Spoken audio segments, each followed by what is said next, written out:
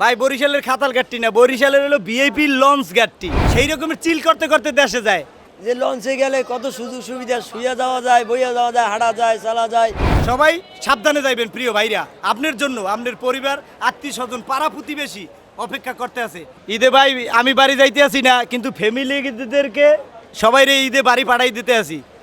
আর যারা যারা বাড়ির উদ্দেশ্যে যারা যারা যাইবে, অবশ্যই হেরা ব্যাগ ট্যাগ সব কিছু গুছগাছ করিয়া সুন্দর মতো নিজের পরিপেটি হইয়া যে সবাই থাকে, সবাই আহ্বান জানাই। আর যারা আমাদের দক্ষিণ অঞ্চলে যারা যাইবে তাদেরকে সবাইকে ঈদুল আজহা উপলক্ষে সবাইকে ঈদ মোবারক।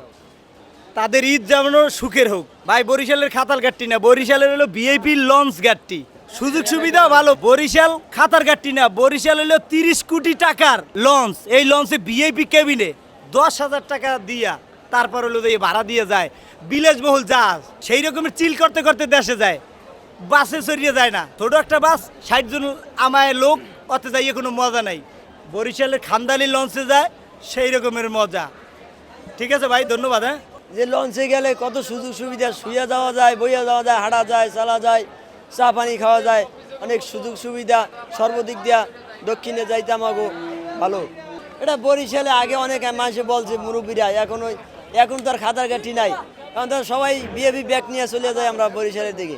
ভাই বরিশালের কথা আর আপনার কি বলবো ভাই।